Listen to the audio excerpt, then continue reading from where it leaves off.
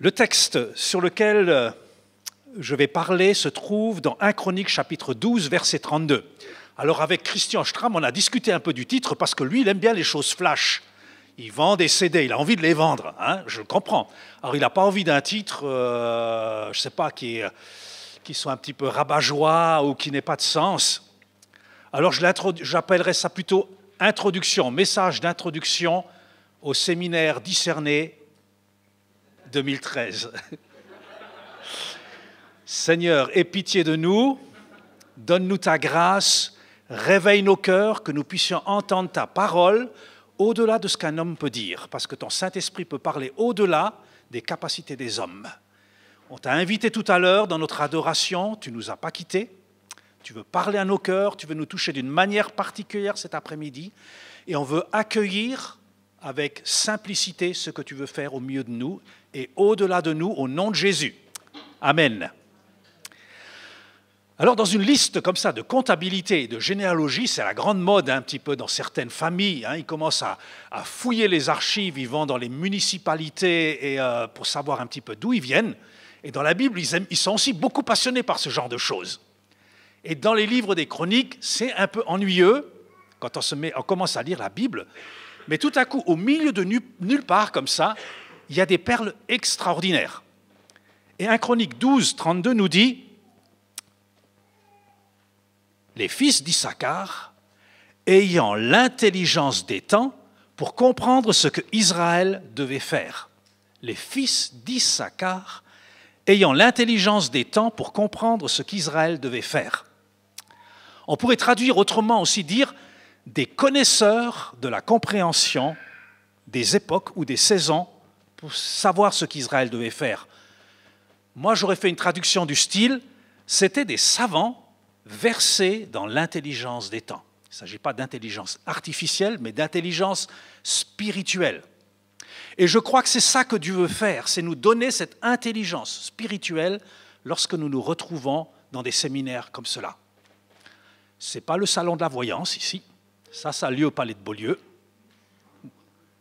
Ce n'est pas les pronostics ou les prévisions de mademoiselle ou madame Tessier.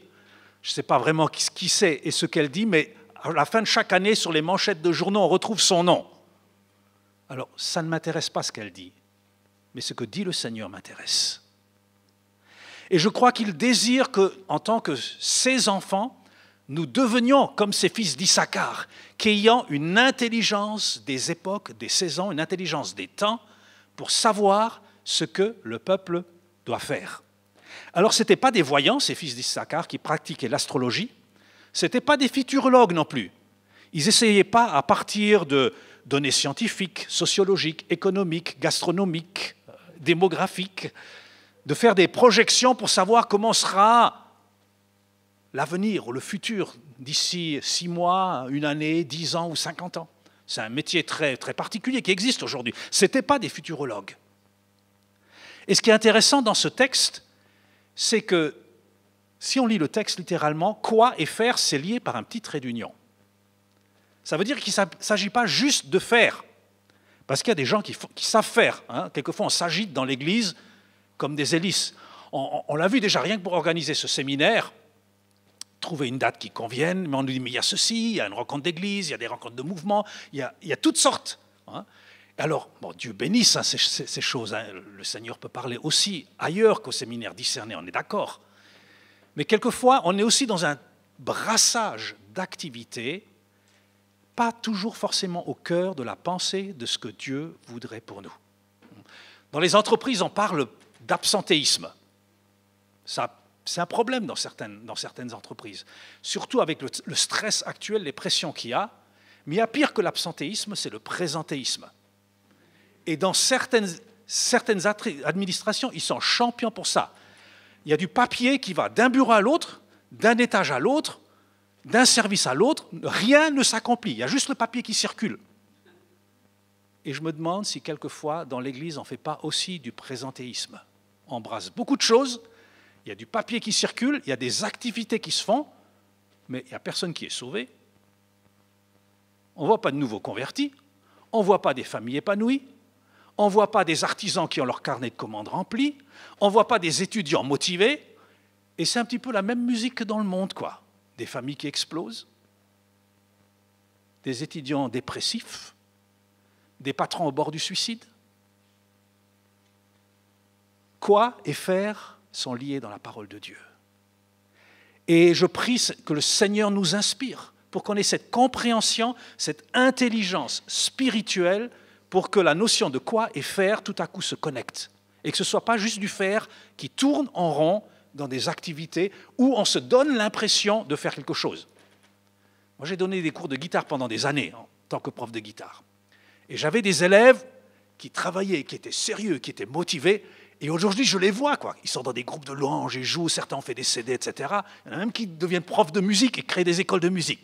Alors ça m'encourage.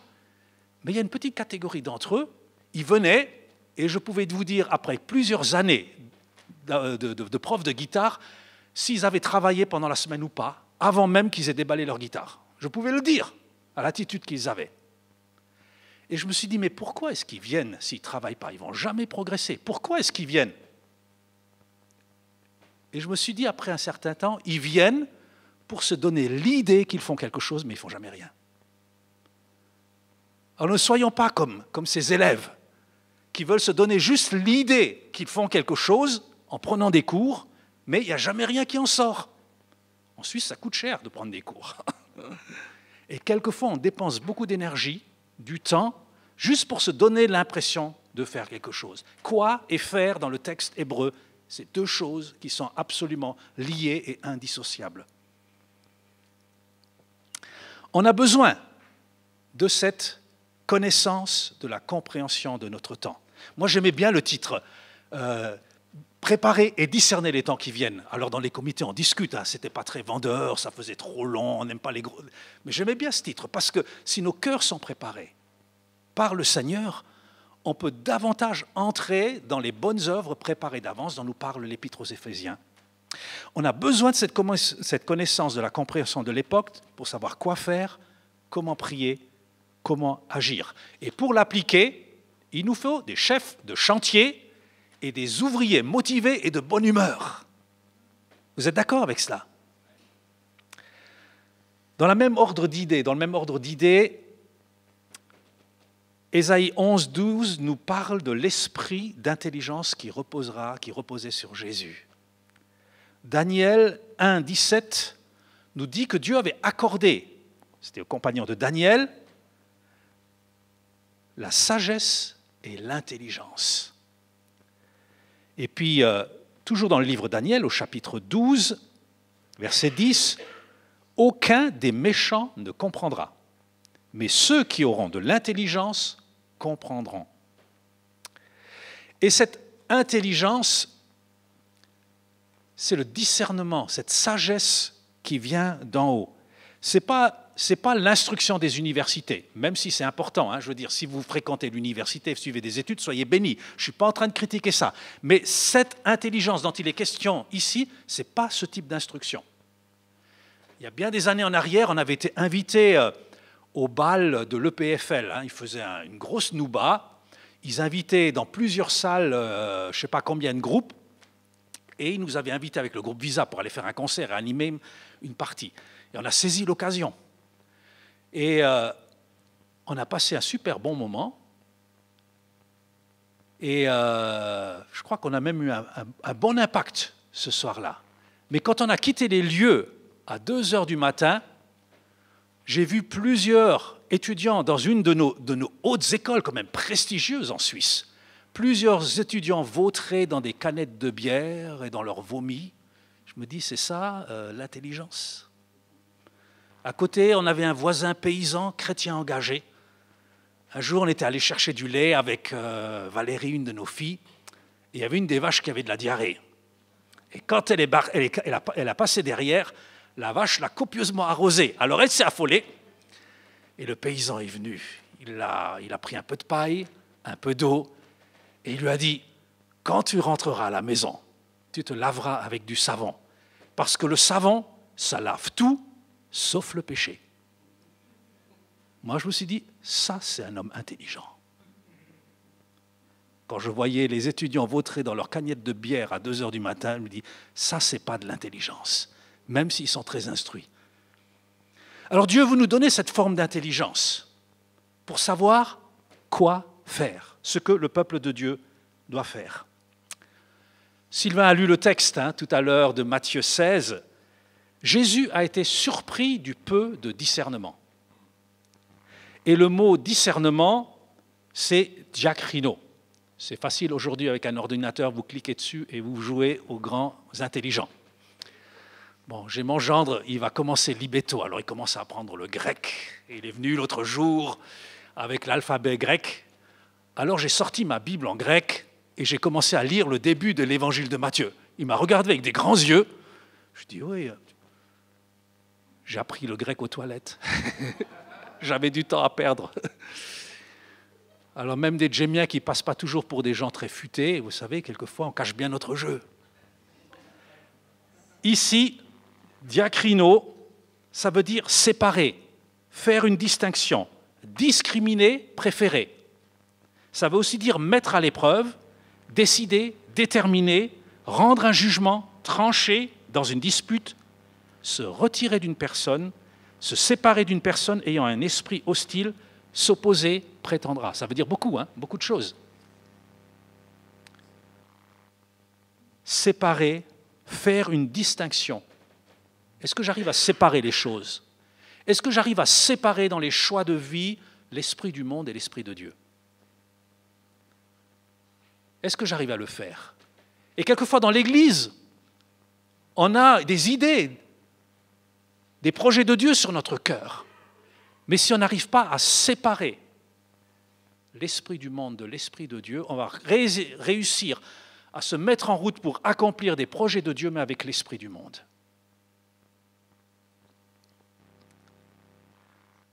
Voyons quelques domaines de discernement. C'est le pasteur Mamadou Karambiri, lorsqu'il était venu à un de nos séminaires discernés, il nous disait, en nous remontant un peu les bretelles, vous voulez discerner les temps, mais vous ne savez même pas discerner pour vos propres vies. On en avait tous pris un peu pour notre grade quand il nous avait dit ça. Le premier domaine de discernement, c'est déjà pour nos propres vies. Et il y a un pasteur français qui s'appelle Gonzalez, on a eu l'occasion d'animer une session ensemble, il disait qu'il était choqué parce que dans son église, il y avait des chrétiens qui étaient venus, qui avaient déménagé, et il leur a posé la question, mais il les a salués, bien sûr, il les a bien accueillis comme un vrai pasteur, mais ensuite il leur a dit, mais qu'est-ce qui vous a motivé à venir ici?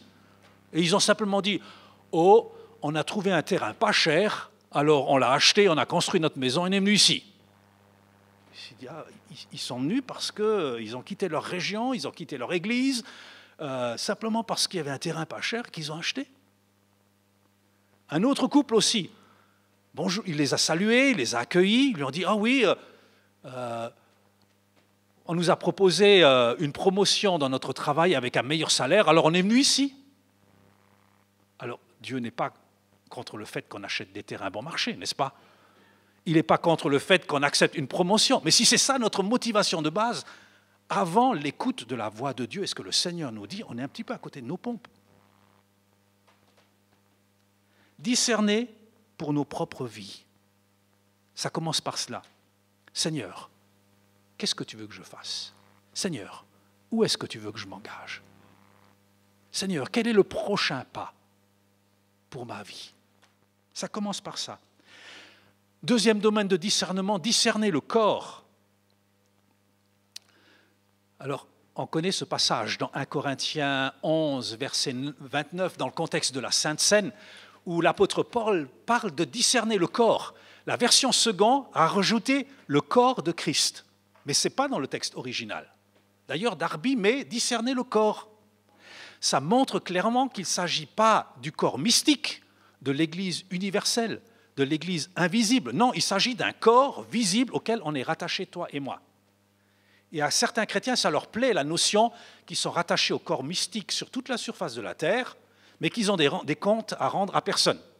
Dans la Bible, ça ne fonctionne justement pas comme ça, simplement pas comme ça. On est rattaché à un corps réel avec des pécheurs sauvés par grâce qui ont leurs qualités et leurs défauts, avec lesquels on est engagé ensemble.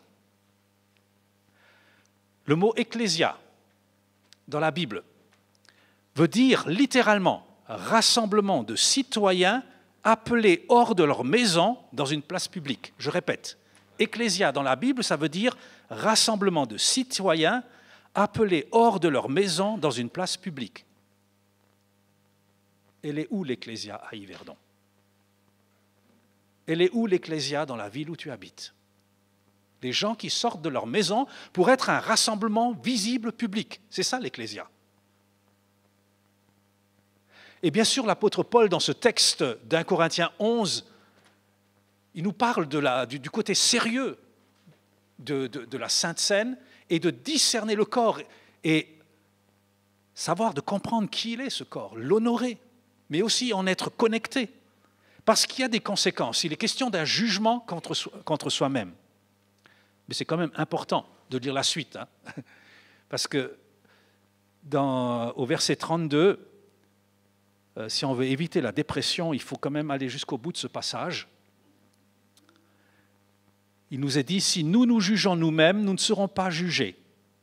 Les jugements du Seigneur ont pour but de nous corriger, afin que nous ne soyons pas condamnés avec le reste du monde. Donc le jugement dont il est question ici par rapport au corps, si nous le discernement, c'est pour que nous ne soyons pas condamnés. Et ça, c'est plutôt une bonne nouvelle et un bon message. Ça nous évite de tomber dans la paranoïa avant de prendre la Sainte Seine. C'est peut-être bon de rappeler que Corinthe, c'était une église quand même un peu particulière. Le début du chapitre de l'épître commence en rappelant les divisions, les querelles, moi je suis de Paul, moi je suis d'Apollos, etc. Et ensuite il continue dans le chapitre 6, il remet un petit peu les pendules à l'heure pour les questions d'éthique et les questions de morale. Il y avait des problèmes d'inceste, d'homosexualité, problèmes de péché graves. Et il leur dit, les ivrognes, les débauchés n'entreront pas dans le royaume de Dieu. Il dit les choses assez clairement. Et puis plus loin encore, il est obligé de se battre pour défendre son ministère parce qu'il avait implanté cette église. Mais il y a d'autres personnes qui sont passées derrière lui et qui ont récupéré le ministère de Paul. Ils ont dit, Paul, c'est de la piquette hein, à côté de nous. Nous, on a des grands ministères. Et puis, ils ont commencé à récupérer et à introduire leur doctrine et puis aussi à soutirer les finances, ce qui généralement marche toujours ensemble, quoi. Et je peux vous dire, les choses n'ont pas changé aujourd'hui. Il est obligé de défendre son ministère. Alors c'est dans ce contexte-là qu'il dit discerner le corps. Pas juste pour le discerner, mais pour s'y connecter réellement. À qui suis-je rattaché?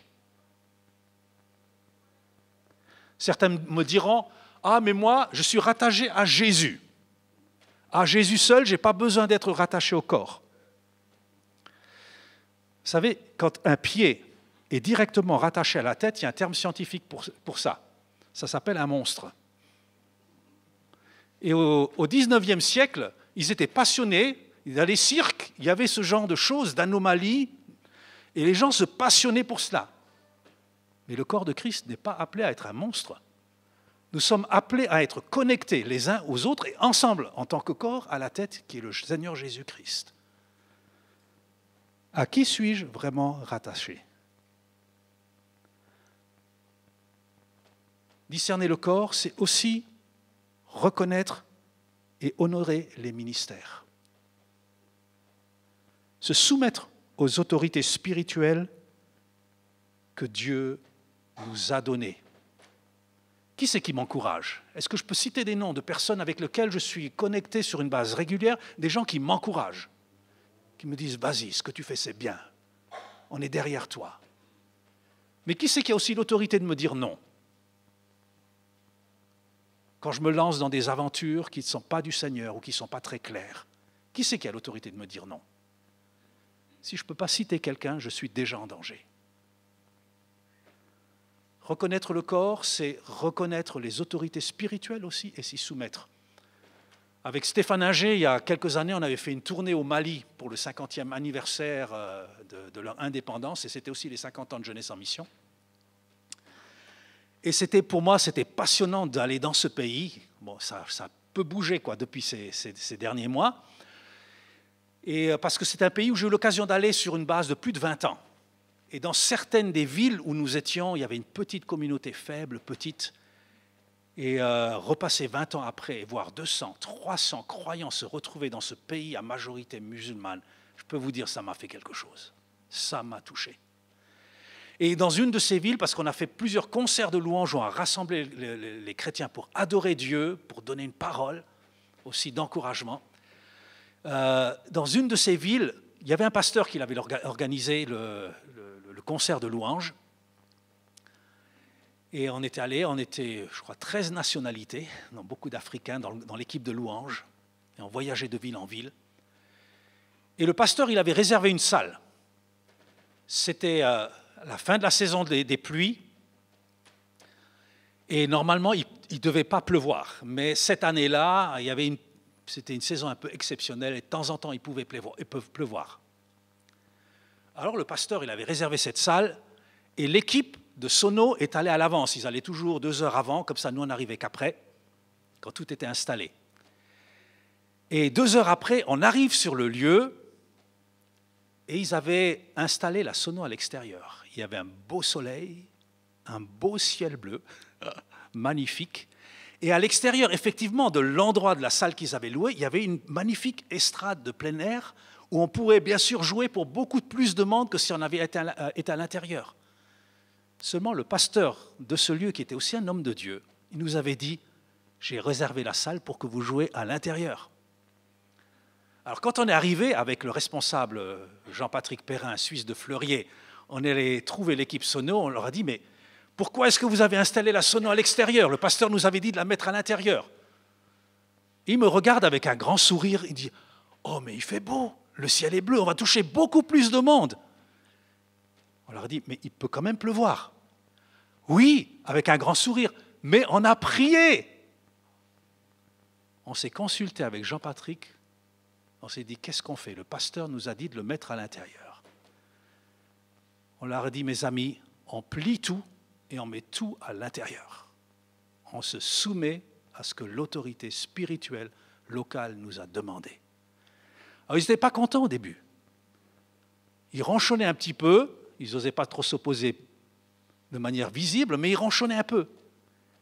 Quand on a commencé à plier les derniers retours, la pluie est descendue. Le ciel s'est couvert subitement. La pluie est arrivée. Et heureusement que le Seigneur nous a promis qu'il n'y aurait plus le déluge, parce que ce jour-là, je crois qu'on n'était pas loin, quoi. Notre matériel aurait été fichu pour tout le restant de la tournée. Et on aurait bien sûr perdu les personnes qui auraient été prêtes à venir nous écouter à l'intérieur. Le lendemain, quand on est allé dans la ville suivante, personne n'a eu une super bonne idée de faire les choses autrement que ce que l'autorité spirituelle nous avait donné. Et il y a dans des lieux comme ça, je le sais parce que j'ai parcouru ces nations, il y a dans des lieux comme ça des attitudes à avoir, sinon on paye tout de suite cash. On paye cash l'insoumission. Après, on a eu une super tournée qui a magnifiquement bien continué. Troisième domaine de discernement, celui des esprits. 1 Corinthiens 12, versets 10, nous dit que c'est un don spirituel. Alors ce n'est pas seulement valable pour la délivrance, mais lorsqu'on lit les épîtres de Paul, Jean, Jacques et Pierre, on voit que sans cesse, dans leur ministère, ils étaient confrontés aux hérésies. Il y avait déjà les ferments de ce qui par la suite deviendra l'arianisme, où on reniait la divinité de Jésus-Christ, ou toutes sortes d'autres doctrines. Certains annonçaient que la résurrection était déjà arrivée, toutes sortes de choses, et sans cesse, ils devaient combattre contre ces fausses doctrines. Et ils pouvaient combattre ces fausses doctrines seulement parce qu'eux-mêmes avaient cet esprit de discernement. C'est important aujourd'hui aussi de discerner les esprits impurs et d'immoralité qui, sous couvert de tolérance, s'abattent sur l'Église. En tant que chrétiens, nous ne sommes pas appelés à être tolérants. J'espère que je choque personne en disant ça. Nous ne sommes pas appelés à la tolérance. Nous sommes appelés à l'amour. C'est bien plus élevé que la tolérance. Quand on tolère, on dit « oh, on supporte ». Non, nous sommes appelés à l'amour. Mais l'amour, ça veut dire quelquefois non dans la vérité. Il nous est dit que le diable prend des places. Éphésiens 4, verset 27, « Si tu te mets en colère, ne pêche pas, pour ne pas donner accès au diable. » Ça veut dire pour ne pas le laisser prendre la place, prendre le lieu. Par le péché, nous pouvons laisser la place au diable. Et si nous n'avons pas de discernement, nous allons lui laisser du terrain. Alors, bon, quand la place est vide, pour lui, c'est facile. Quelquefois, il y a des terrains vagues immenses où il n'a pas beaucoup de peine à prendre la place. Mais il va aussi essayer de conquérir des lieux qui sont déjà habités et occupés. Et c'est à nous de ne pas lui céder du terrain. Là où Dieu agit, le diable agit également. Alors, ce n'est pas un scoop, ni une prophétie. Mais lorsque le Seigneur va se mettre à agir dans une famille, dans une église ou dans une ville, je peux vous garantir que peu de temps après, il y aura aussi du remue-ménage de la part de notre adversaire. Ça ne va pas lui plaire. Et c'est pour ça que Jésus a dit « veillez et priez ». Et les deux choses vont ensemble. Veillez et priez. Ou dans l'autre sens, ça marche aussi. Priez et veillez. Peut-être c'est ça qu'on aurait plus besoin de faire encore. Parce que quelquefois, on peut assister à des réunions de prière magnifiques, passionnées, on prie de tout notre cœur, et on sort de la réunion de prière, et la séance de calomnie et de dénigrement commence. Et c'est comme si après, avec nos paroles, parce que simplement on ne veille pas, on détruit toute la foi qu'on avait mis en œuvre dans nos prières. Je suis sûr que ça ne vous est jamais arrivé.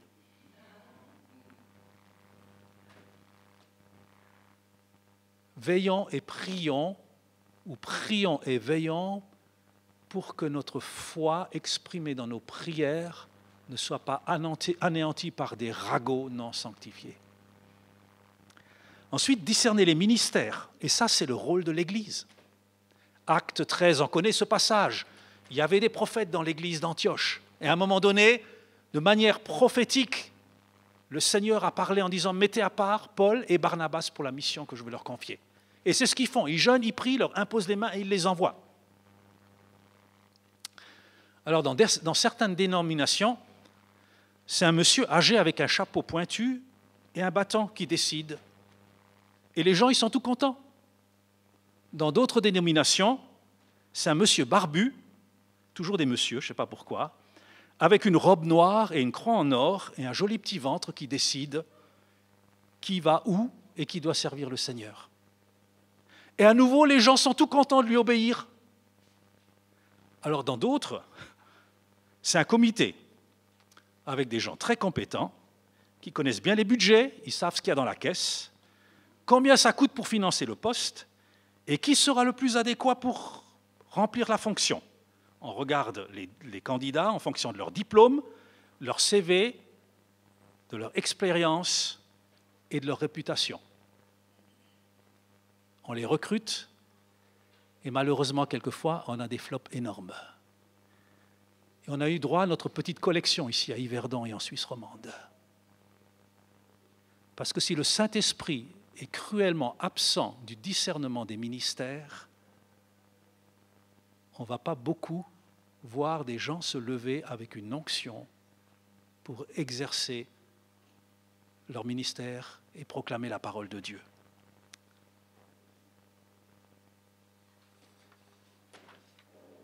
L'Église, ce n'est pas une entreprise comme les autres. Ça, je commence à le comprendre après près de 40 ans de mission. Ceux qui sont dans le monde de l'entreprise, voyant souvent nos faiblesses et nos failles, ils essayent de nous imposer quelquefois le moule de l'entreprise. Et on est reconnaissant pour toutes les compétences qu'il y a. On n'est pas contre les compétences. On n'est pas pour contre l'expérience, ni contre les compétences. Mais l'Église, ce n'est pas une entreprise comme les autres. Les ministères sont suscités par le corps sous la conduite des ministères prophétiques et apostoliques. C'est comme ça que ça doit se passer. C'est comme ça que ça s'est passé à Antioche. C'est comme ça que ça s'est passé pour le développement de l'Église primitive. Et si c'est simplement le résultat de l'épluchage de CV et de la comptabilité, on ne va pas aller très très loin. Alors, discerner les ministères, mais les encourager aussi, les susciter. Et finalement, discerner ce que nous devons faire, ce que doit faire le peuple de Dieu. Ici, dans 1 Chronique 12, 32, il est question de ce que Israël devait faire. Je ne suis bien sûr pas partisan de la théologie de la substitution, mais si Israël avait besoin de discerner ce qu'il devait faire, à combien plus forte raison, nous, peuple de Dieu, nous avons besoin de discerner les temps et de savoir ce que nous devons faire dans l'époque où nous sommes. Le discernement pour tout projet important doit se faire à plusieurs. Peu de gens aiment soumettre leur projet à une équipe pour chercher la pensée de Dieu. La raison est tout simple, on a peur qu'on nous dise non. Si je vais leur partager ce que j'ai sur mon cœur et qu'ils ne sont pas d'accord avec moi, qu'est-ce que je vais faire? Ou alors, ce que je vois aussi, quelqu'un a quelque chose sur son cœur, un projet, une vision, il va chercher à quelqu'un à 5000 kilomètres qui va l'encourager, bien sûr, et qui va lui dire de foncer. Avec Maryse, quelquefois, on a eu des demandes comme ça de gens, en France ou ailleurs, qui nous disaient « On aimerait bien que vous soyez nos leaders spirituels ou nos pères spirituels. » Alors c'est très flatteur, hein, parce que on pourrait se sentir flatté, se dire « Ah ben, waouh, ils nous estiment vraiment pour nous demander ça. » Mais on refuse. Parce que si on ne les voit pas vivre, qu'est-ce qu'on peut avoir comme avis ou opinion sur leur vie? Et on voit quelquefois ce genre de personnes aussi qui arrivent. Alors ils étaient à 5000 kilomètres et un serviteur de Dieu qui était certainement extraordinaire leur donnait une parole fantastique et ils reviennent avec cette parole comme un trophée et ils la brandissent à chaque occasion. Mais j'aimerais vous dire, mon autorité et ma crédibilité viennent de mon témoignage dans l'église locale et pas de la super prophétie que m'a donnée un serviteur de renom. Mon autorité et ma crédibilité viennent de mon témoignage dans l'église locale et pas de la super prophétie que m'a donnée un serviteur de renom. Point final. Alors, si Eugène May vient ou Hervé Guillois vient et que je peux assister à une réunion et puis qu'il a une parole pour moi, je vais l'accepter avec joie. Je vais même lui demander de prier pour moi. Mais mon autorité et ma crédibilité ne viennent pas de là.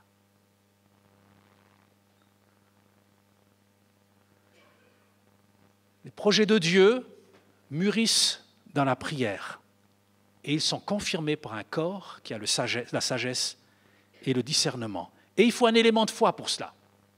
Il faut un élément de foi. Parce que si je peux l'accomplir avec mes forces, mon intelligence et mes finances, je n'ai pas besoin de Dieu. Et nous sommes dans un temps où Dieu va nous demander de faire des pas de foi. Est-ce que vous êtes prêts à faire des pas de foi? Est-ce que vous êtes prêts? Je lisais dans la biographie de Spurgeon, le grand baptiste du XIXe siècle. Il était pasteur d'une église qui avait 3000 membres dans un quartier de Londres. Et jusqu'à 2000 membres, il était à les visiter pratiquement seul. Il dirigeait une école biblique avec près de 200 étudiants, des orphelinats, des maisons de vieillesse. Prêchait à peu près 10 fois par semaine. Un jour, il a réuni son conseil d'anciens et il disait, non, les orphelinats n'existaient pas encore. Il a réuni son conseil d'anciens et il leur a dit, je sens que le Seigneur nous demande un pas de foi de plus. Vous imaginez? Le Seigneur nous demande un pas de foi de plus. Et c'est là que le Seigneur a parlé d'orphelinat et ils ont commencé. Et ils auraient eu l'excuse de dire, mais il y a déjà Muller, Georges Muller, qui fait un travail fantastique. Et le Seigneur leur a parlé. Et ils ont avancé. Et ils ont fait ce pas de foi de plus, alors qu'ils étaient déjà saturés par tout ce qu'ils pouvaient faire. Mais ils avaient compris qu'à un moment donné, discerner voulait aussi dire être prêt à bouger, à obéir et à faire un pas de foi de plus. Pourquoi nous recevons peu de paroles? Il est question au temps du prophète Élie avec Samuel, on disait la parole de l'Éternel était rare. Pourquoi la parole de l'Éternel était rare? Parce que l'obéissance était rare, c'est tout simple. Dieu n'aime pas nous bercer juste de paroles. Et je vous assure, je vous garantis, si nous obéissons à la dernière chose que le Seigneur nous a dite, il va nous donner une nouvelle parole. Et encore une nouvelle parole. Et encore une nouvelle parole. Mais ça peut être fatigant de courir après les paroles du Seigneur, mais tout aussi passionnant de voir la réalisation.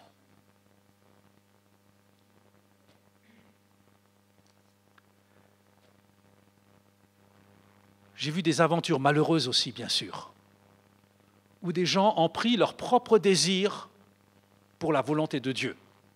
Voilà, les pragmatiques, quelquefois, ils n'aiment pas trop ceux qui aiment les chiffres, combien on a dans la caisse, qui va le faire, comment on va le faire.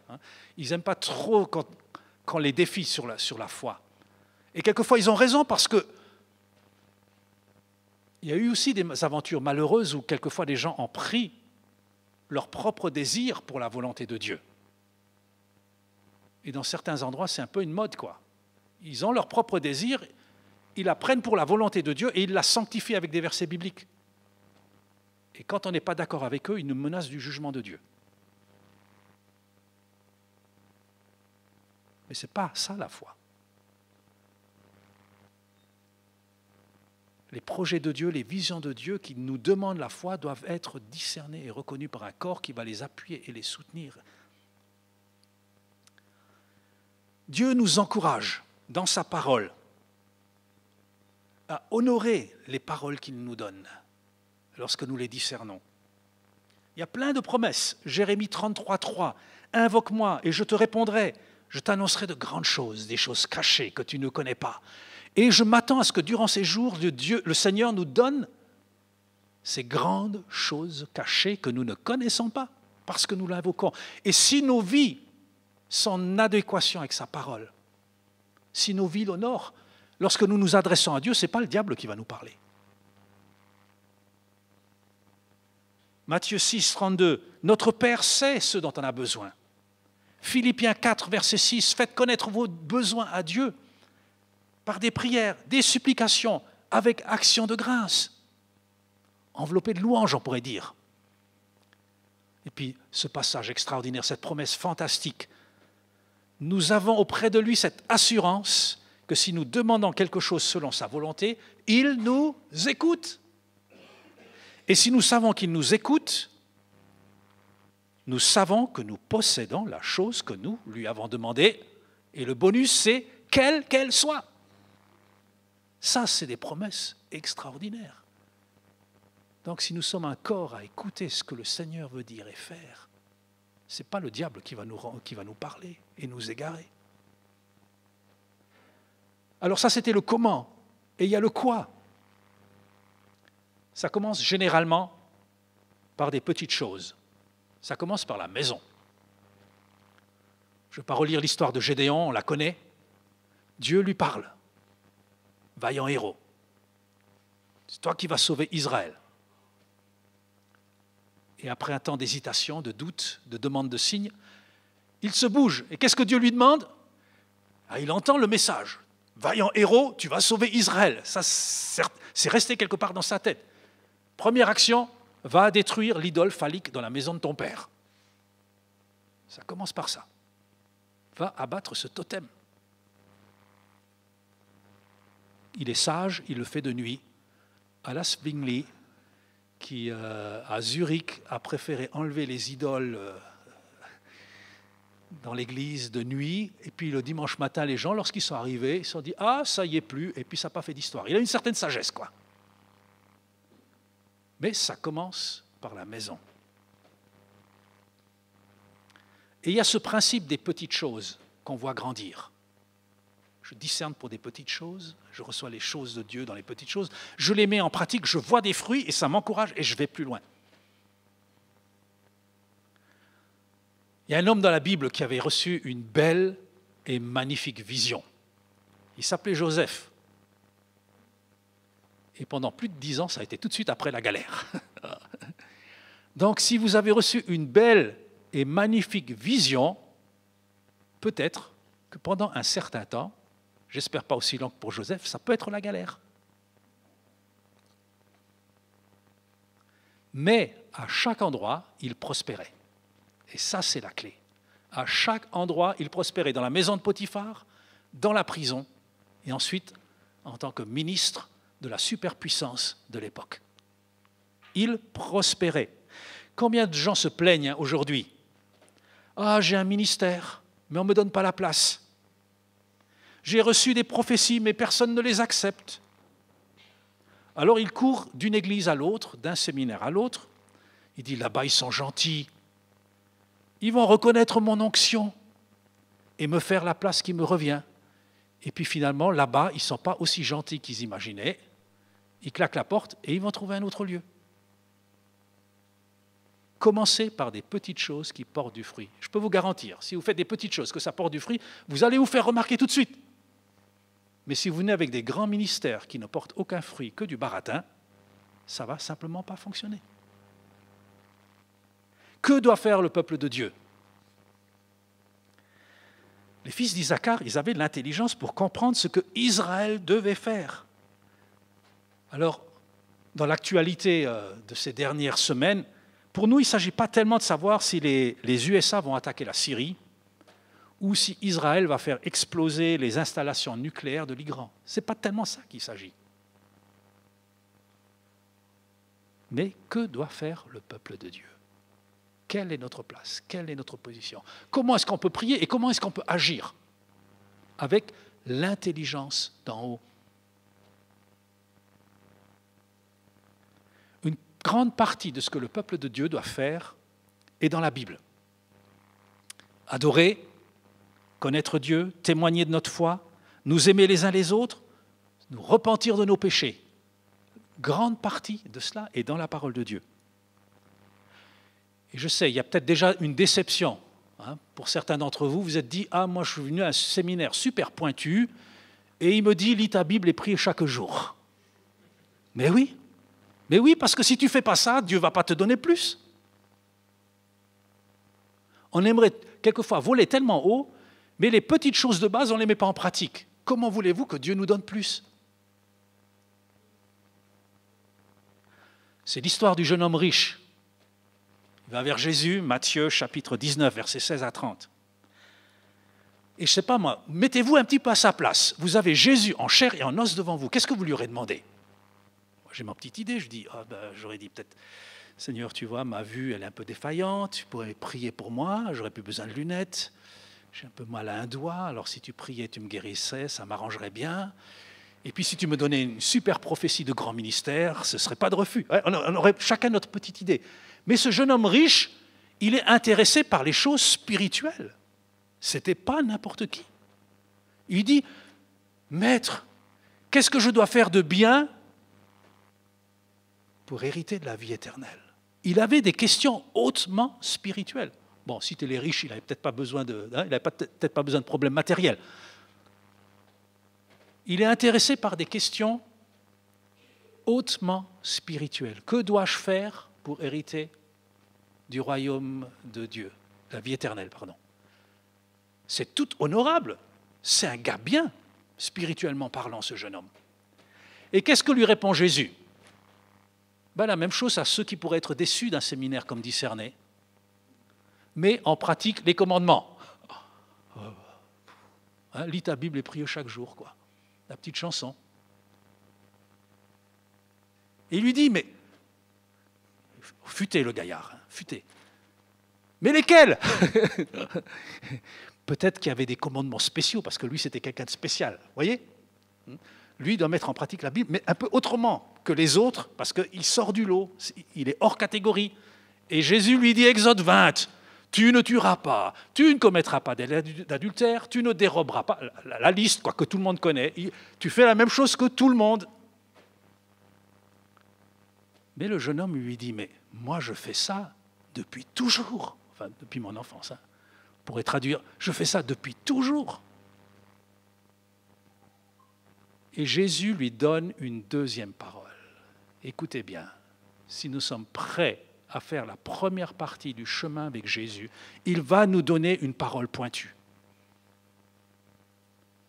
Mais la parole pointue qu'il va nous donner va peut-être pas tellement nous plaire. Et cette parole pointue qu'il a donnée au jeune homme ne lui a pas plu du tout. Vous voulez toujours discerner?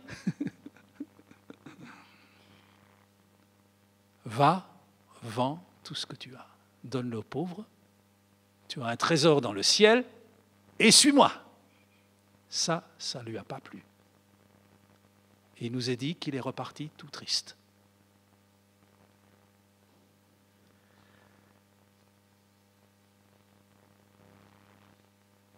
Quand Dieu nous parle, il n'y a aucune garantie sinon ses promesses, sinon sa parole. Lorsque Israël est parti à la conquête de Canaan, il n'y avait aucune garantie sinon la parole de Dieu. Il y avait des villes fortifiées, il y avait des géants, et eux, c'était des esclaves nomades qui avaient fait un safari de 40 ans. Et ils devaient conquérir un pays avec des géants. La seule chose sur laquelle ils se sont appuyés, c'est les paroles que Dieu avait données à Josué. Tout lieu que foulera la plante de ton pied, je te le donne. Josué 1, verset 3. Il n'y a aucune garantie que ça marche, sinon les promesses de Dieu. Et c'est ça, faire un pas de foi. Je n'ai aucune garantie que ça marche, sinon la promesse de Dieu.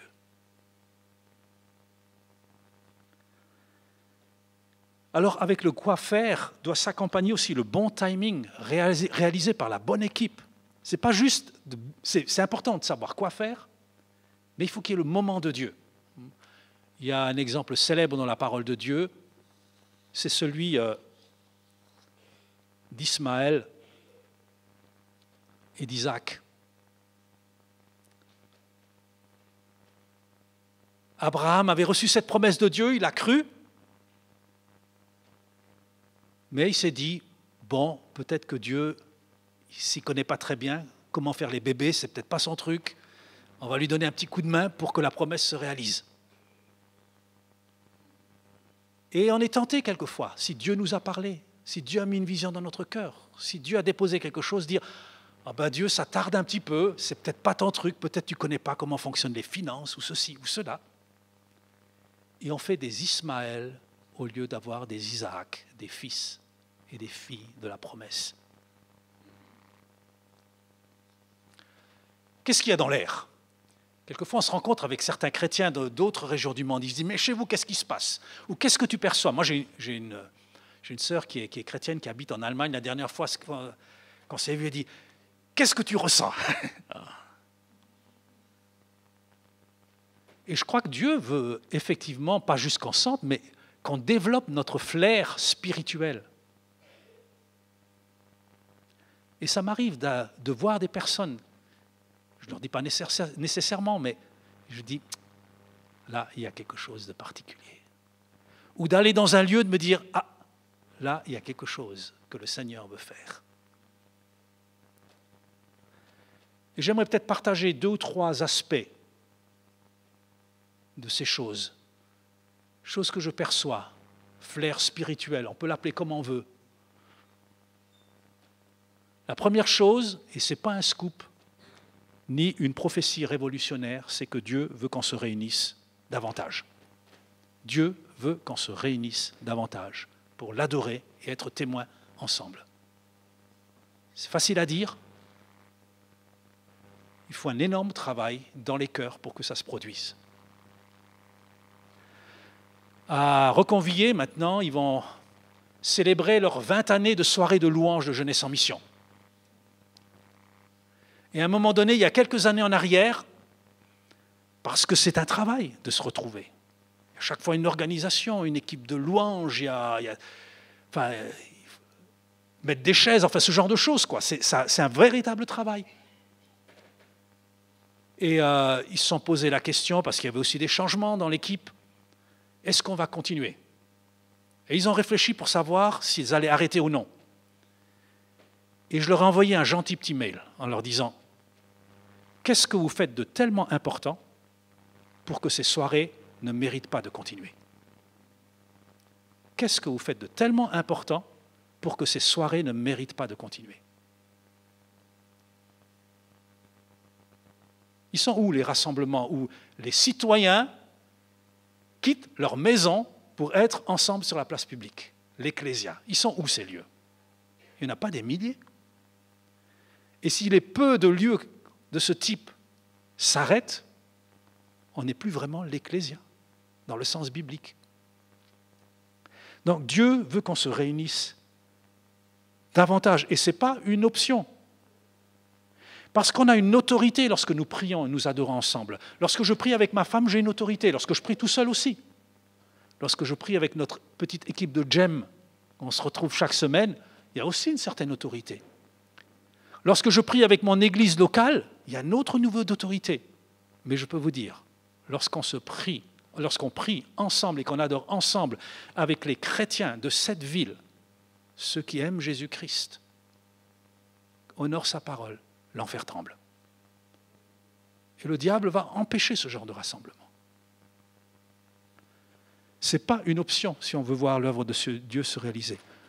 Alors que Dieu bénisse les francs-tireurs et qu'il nous protège aussi des dégâts des mouvements sectaires. Mais ce n'est pas eux, malgré leur radicalité, qui vont conduire le réveil. L'autorité est donnée à l'Ecclésia. Ça, c'est la première chose. La deuxième chose que je perçois, c'est un mouvement de repentance. Un mouvement de repentance. Repentance, ça veut dire changer de vie, changer de style de vie, changer de mentalité. Pas juste de l'évangile ou des conversions à l'eau de rose, mais de véritable repentance. J'ai eu le bonheur, certains d'entre vous le savent, de voir mon petit frère se convertir il y a quelques mois en arrière. Je peux vous dire, ça m'a fait quelque chose. On est allé avec Alexandra et ma femme, on est allé leur rendre visite. Il était au bord de la rupture avec sa femme, sa troisième femme, et plus les autres qu'il a eu entre deux. Je divulgue rien de secret, hein, tout le monde le sait. Sa femme le mettait à la porte. Et par bonheur, ma belle-sœur, elle a appelé ma sœur qui habite en Allemagne. Elle est venue, elle ne savait pas trop quoi faire. Elle a juste dit, on va prier. Et elle a fait une prière toute simple, il s'est effondré. Il a demandé pardon à sa femme et à ses enfants. Nous sommes allés à la fin du mois de juin chez lui, on allait le visiter. Avec Alexandra, on s'est mis à chanter quelques chants de louange. Lui et sa femme étaient en larmes autour de la table. Je commence une prière toute simple, prière syndicale. Il s'effondre au milieu de la prière. Pardon, Seigneur, pardon. Il vit un temps de repentance. Je n'ai jamais vu quelqu'un se repentir comme ça, quoi. Le Seigneur me dit, c'est les prémices de choses que je veux faire. Des gens qui vont être bousculés par mon Saint-Esprit, qui ne vont pas juste courir de réunion en réunion pour se faire du bien, mais qui vont vivre un changement de mentalité, un changement de cœur. Je peux vous dire, ça a boosté ma foi. Oh, Tout devient possible. Si lui se convertit, le réveil devient possible, je vous assure. J'y crois comme jamais. Et il y a un mouvement de Dieu dans lequel nous pouvons être partie prenante.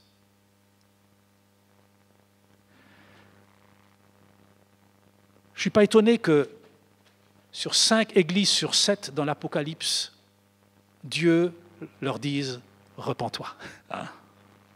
Il dit ça à Éphèse, Apocalypse 2,5. « Repens-toi, souviens-toi d'où tu es tombé et pratique les premières œuvres. » À Pergame, 2,16. « Repens-toi ». À Thyatire, 2,21. « Je lui ai donné du temps pour se repentir, mais elle ne veut pas se repentir. » Et malgré ça, le Seigneur dit « J'envoie un jugement à moins qu'elle ne se repente. » Il y a toujours ce cœur de miséricorde et la repentance pour que nos vies changent pour le meilleur. À Sardes, il dit « Garde la parole et repens-toi ».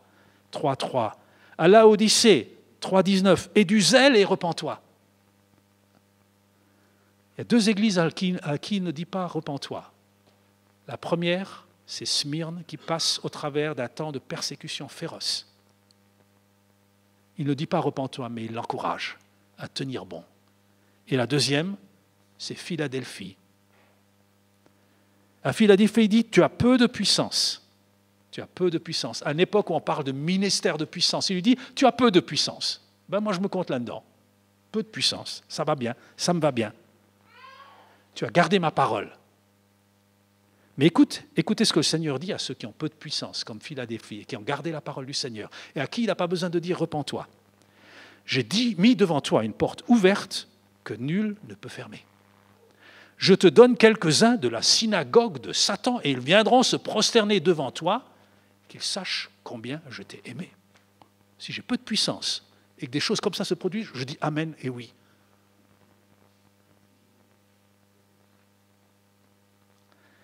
Le Saint-Esprit, au début de l'histoire de l'Église, doit parler de repentance à 5 églises sur 7. Comment ne pourrait-il pas nous donner le même message aujourd'hui? Et puis, une autre chose que je flaire, c'est le rôle renouvelé des anciens au niveau des villes. Dans la parole de Dieu, il est question d'anciens qui siègent aux portes, qui jugent sur des questions de droit pénal, qui donnent des avis, mais qui représentent l'autorité. Et là, quelquefois, ce n'est pas juste un vide qu'on a, mais c'est carrément un abîme quelquefois. Et quand je parle du rôle des anciens, c'est un véritable leadership spirituel, pas juste une réunion de communion fraternelle. Ça, c'est bien aussi, quoi. Je ne méprise pas, mais ce n'est pas ça dont je parle, quoi.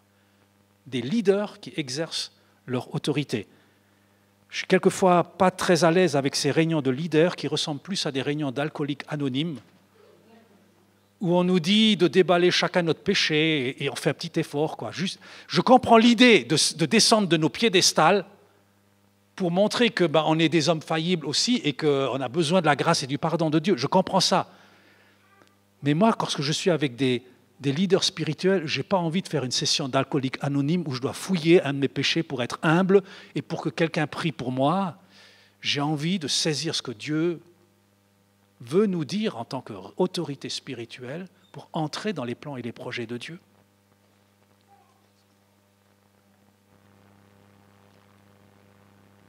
Je crois que Dieu veut renouveler cette autorité pour qu'on sache ce que Dieu veut, mais surtout qu'on ait l'audace de dire ce qu'on ne veut pas. Et quelquefois, dans le « tout le monde il est beau, tout le monde il est gentil », on n'a pas l'audace de dire ce qu'on ne veut pas. Et le dernier élément, faire de la place. Faire de la place. Dieu nous demande de faire de la place. La place pour multiplier, la place pour libérer, la place aussi pour accueillir ceux qui veulent suivre Jésus, plus d'espace pour former dès leur plus jeune âge les disciples de Jésus. J'ai un autre point. Comment obtenir ou grandir dans le discernement? Mais je vais m'arrêter là aujourd'hui. On va prier.